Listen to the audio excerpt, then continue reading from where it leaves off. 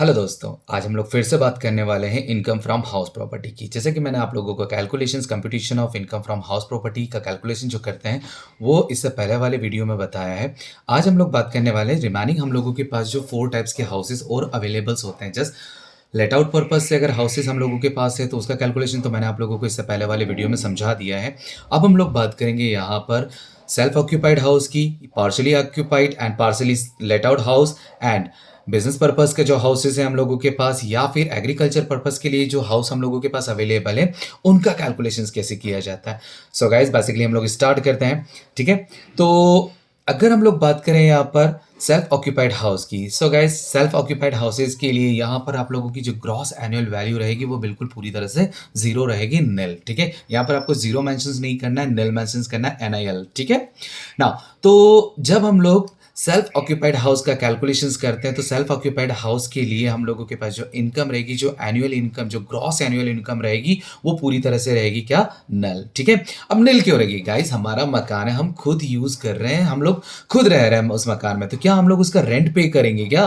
तो ये तो पॉसिबल नहीं है। तो ऐसे हाउसेस को जिसको हम लोग खुद यूज कर रहे हैं, उस पर तो रेंट रिसीव्ड होने वाला नहीं है, या एनी कोई इनकम रिसीव नहीं होगी। तो ऐसी सिचुएशन में जिस मकान में हम लोग खुद रह रहे हैं, उस मकान का जो ग्रॉस एनुअल वैल्यू रहेगा वो पूरी तरह से क्या रहेगा, जीरो रहेगा। तो ऐसे मकान पर यहाँ पर म्यूनिसिपल टैक्स भी आपका नहीं रहेगा, और उसी के साथ जो वैकेंट पीरियड वाला पॉइंट हम लोग माइनस करते थे वो भी नहीं आएगा। सो फाइनली अगर देखा जाए यहाँ पर, तो जो सेल्फ ऑक्यूपाइड हाउसेस है उसके लिए अगर हम लोग कैलकुलेशंस करते हैं तो उसका नेट एनुअल वैल्यू जो है वो पूरी तरह से जीरो, शून्य या निल रहेगा। ठीक है, हाँ, लेकिन याद रखिएगा, इसमें से डिडक्शंस आपको जरूर मिलेगी अंडर सेक्शन 24 के अकॉर्डिंगली। कौन सी डिडक्शंस? यहाँ पर जैसे अंडर सेक्शन 24 के अकॉर्डिंगली 2 टाइप्स के डिडक्शंस होते हैं। फर्स्ट SD डिडक्शन जो होता है, स्टैंडर्ड डिडक्शन, जो NAV का 30% होता है। गाइस, निल का 30%, जीरो का 30% हम लोग निकालेंगे, जीरो ही होगा। लेकिन दूसरा वाला जो डिडक्शन है इंटरेस्ट ऑन लोन का, ठीक है, वो आप लोगों को मिलेगा। तो सेल्फ ऑक्यूपाइड में अगर आप लोगों के पास एक सिंगल हाउस है या फिर डबल हाउसेस है, ठीक है, तो यहां पर मैं आप लोगों को फिर से बता दूं कि इनकम टैक्स एक्ट के अकॉर्डिंगली यहां पर इनकम टैक्स डिपार्टमेंट ने एक पर्टिकुलर पर्संस को 2 हाउसेस फ्री कर रखे हैं, वो अपने हाउसेस यूज कर सकता है, यूटिलाइज कर सकता है। अब 2 क्यों?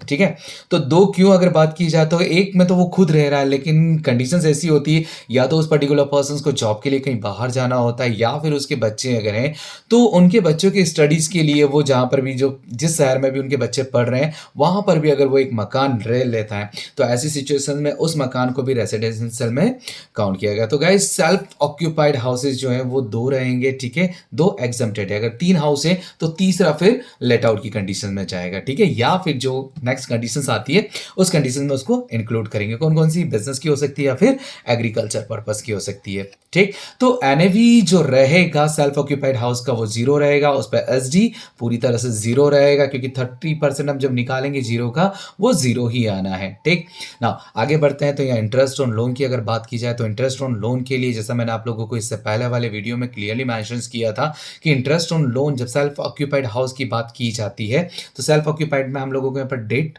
चेक करनी पड़ेगी। ठीक, और वो डेट कौन सी होगी? 1 अप्रैल 1999 के पहले और 1 अप्रैल 1999 के बाद वाली। ठीक है, 99 के पहले में मैक्सिमम लिमिट कितनी इंटरेस्ट ऑन लोन की? 30,000, और actual interest which ever is less. ठीक है, जो दोनों में कम होगा उसकी रिबेट मिल जाएगी। और 1999 के बाद का अगर बना हुआ मकान है तो उस पर जो इंटरेस्ट की लिमिट है वो कितनी है? मैक्सिमम 2 लाख है। ठीक है, या फिर actual interest which ever is less, जो दोनों में कम होगी उसकी आपको रिबेट मिल जाएगी। ठीक, सो गाइस, अब हम लोग बात करते हैं यहाँ पर कैलकुलेशंस अगर हम लोग करें तो सेल्फ ऑक्यूपाइड जो हाउस है उसका जो NAV रहेगा वो पूरी तरह से जीरो, तो इसका जो आंसर आएगा वो हमेशा माइनस में आएगा। अगर आपने उस पर लोन लिया हुआ है तो इंटरेस्ट ऑन लोन का आंसर हमेशा माइनस में रहेगा। क्लियर? हाउस नंबर 3 की अगर हम लोग बात करें तो हाउस नंबर 3 में जो आप लोगों का आएगा वो आएगा सेल्फ ऑक्यूपाइड जो रहेगा वो पार्सली सेल्फ ऑक्यूपाइड और पार्सली लेट आउट। तो गाइज, यहाँ पर इसका जो कैलकुलेशन हम लोग करेंगे वो 2 तरीके से करेंगे। सेल्फ ऑक्यूपाइड वाला जितना हिस्सा उसका सेल्फ ऑक्यूपाइड के हिसाब से ग्रॉस एनुअल वैल्यू और नेट एनुअल वैल्यू जीरो रहेगी, उस पर इंटरेस्ट ऑन लोन की रिबेट मिलेगी। दूसरा वाला जो कैलकुलेशन का 50% पार्ट, ये जितना भी पावर पोर्शन लेट आउट किया गया उसका कैलकुलेशन हम लोग करेंगे। सबसे पहले ग्रॉस एनुअल वैल्यू, जिसमें 3 चीजें आती है। कौन कौन सी? सबसे पहले municipal value, then fair value, then actual rent, whichever is more, जो तीनों में ज्यादा रहेगा वो हम लोग इसमें इंक्लूड कर लेंगे। तो वो हमारा ग्रॉस एनुअल एनुअल वैल्यू रहेगा, और ग्रॉस एनुअल वैल्यू में से दो चीजें हम लोग माइनस करते हैं, म्यूनिसिपल टैक्स कब, जब ऑनर ने उसके टैक्स का पेमेंट किया हो तब, ठीक है, और दूसरा वैकेंट पीरियड, अगर मकान आपका खाली रहा जितना 1 महीना 2 महीना तो एक्चुअल रेंट के हिसाब से उतना हम लोग माइनस कर लेंगे गाइस। ग्रॉस एनुअल वैल्यू में से ये दोनों पॉइंट माइनस करने के बाद आपके पास आ जाएगा एनएवी, नेट एनुअल वैल्यू, उसमें से लेस करेंगे हम लोग 30% डिडक्शंस एसडी का, ठीक है, और दूसरा जो रहेगा वो इंटरेस्ट ऑन लोन का रहेगा। क्लियर ना। अब हम लोग आते हैं हाउस नंबर 4, बिजनेस पर्पस के लिए अगर आपका कोई हाउसेस है उसका कैलकुलेशंस किया जाता है। सो गाइस, बिजनेस पर्पस के लिए अगर आपके पास हाउस है और उस हाउस को आप लोग बिजनेस पर्पस से शोरूम, शॉप या फिर गोडाउन के रूप में अगर यूज कर रहे हैं तो उसका कैलकुलेशंस आप लोगों को यहाँ बिल्कुल भी हाउस प्रॉपर्टी में बिल्कुल भी नहीं करना है, ठीक है। इसका जो पूरा कैलकुलेशन जाएगा वो रिलेटेड टू बिजनेस में जाएगा, तो यहाँ पर हाउस नंबर 4 का कैलकुलेशन आप लोगों को नहीं करना है, ठीक है। अब हम लोग आते हैं हाउस नंबर 5 पर। ऐसा हाउस जो आप लोगों के पास अवेलेबल है जो एग्रीकल्चर पर्पस के लिए यूज एंड यूटिलाइज किया जा रहा है। गाइस, आप लोगों को पता है कि एग्रीकल्चर इनकम इंडिया में पूरी तरह से एग्जम्प्टेड है, ठीक है। तो ऐसी सिचुएशन में एग्रीकल्चर पर्पस से रिलेटेड जो हाउस रहेगा उससे होने वाली जो इनकम्स है वो भी हमारी पूरी तरह से एग्जम्प्टेड रहेगी। So guys, I hope so आप लोगों को हाउस प्रॉपर्टी का कैलकुलेशन पूरी तरह से समझ में आया होगा। सबसे पहला कैलकुलेशन जो था वो था आप लोगों का लेट आउट पर्पस, जिसमें आप लोगों का लेट आउट के लिए 3 कंडीशन, सबसे पहले gross annual value, municipal, then fair rent and actual rent, whichever is more आप लोगों का रहेगा, ठीक है।